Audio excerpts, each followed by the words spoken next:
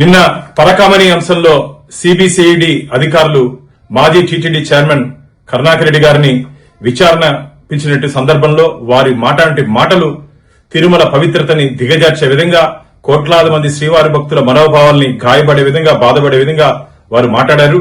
వారు పరకామణి గురించి అడిగితే పెట్టకథలు చెప్తారు. నైల్ నది అంటాడు, వర్షం చిరుకులు అంటాడు. అయ్యా బుద్ధుందా నీకు?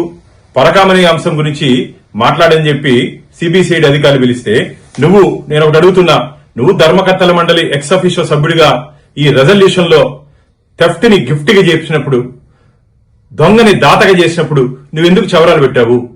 దీనికి సమాధానం చెప్పు కరుణాకర్ రెడ్డి. నాకు సంబంధం లేదు, నాకు సంబంధం లేని దాంట్లో వీళ్ళందరూ లోకేష్ బాబు వీళ్ళందరూ కలిసి నన్ను తగిలిస్తున్నారని చెప్పి ఒక అబద్దపు అసత్య ప్రచారం చేస్తావు. అసలు నువ్వు ఆ రోజు బోర్డు మీటింగ్ లో ఈ అజెండా టేబుల్ అజెండా కింద వచ్చినప్పుడు ఆ రవికుమార్ దొంగ దగ్గర నుంచి టీటీడీకి ఆస్తులు బదలాయించేటప్పుడు నువ్వెందుకు సంతకం చేశావు? నేను నిప్పు నేను ఉప్పు అంటున్నావు కదా, ఆ రోజు ఎందుకు సంతకం చేశావు? దీని వెనకాల పూర్తిగా వైసీపీ నాయకుల హస్తం ఉంది. ఆ రోజు రాజీ చేసిన దాంట్లో టీటీడీలో ఉన్నట్టు కొందరు ఉన్నతాధికారుల దగ్గర నుంచి తాడిపల్లి ప్యాలెస్ లో ఉన్నట్టు కొందరు ఉన్నతాధికారుల వరకు రాజకీయ నాయకుల వరకు దీంట్లో సంబంధం ఉంది.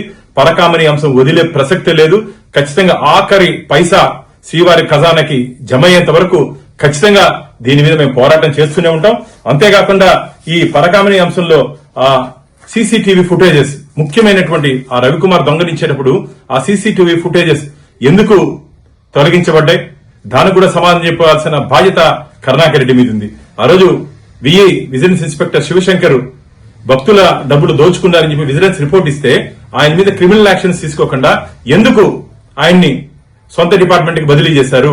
కొండ మీద 5 లడ్లు 10 లడ్లు బ్లాక్ లో అమ్మితే రిమాండ్ పంపించే సందర్భాలు నీకు తెలియదా?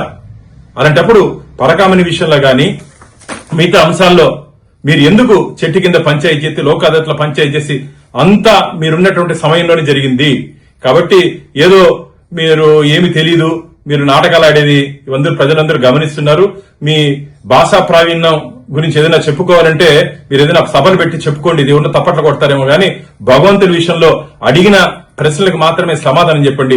ఖచ్చితంగా పరకామణి అంశంలో రాబో రోజుల్లో ఎవరెవరు తప్పు చేశారో అందరినీ స్వామివారి ముందు శ్రీవారి భక్తుల ముందు జైలుకి పంపించే రోజు దగ్గరలోనే ఉందని చెప్పి ఆ నిందితులందరినీ తీవ్రంగా హెచ్చరిస్తున్నాం.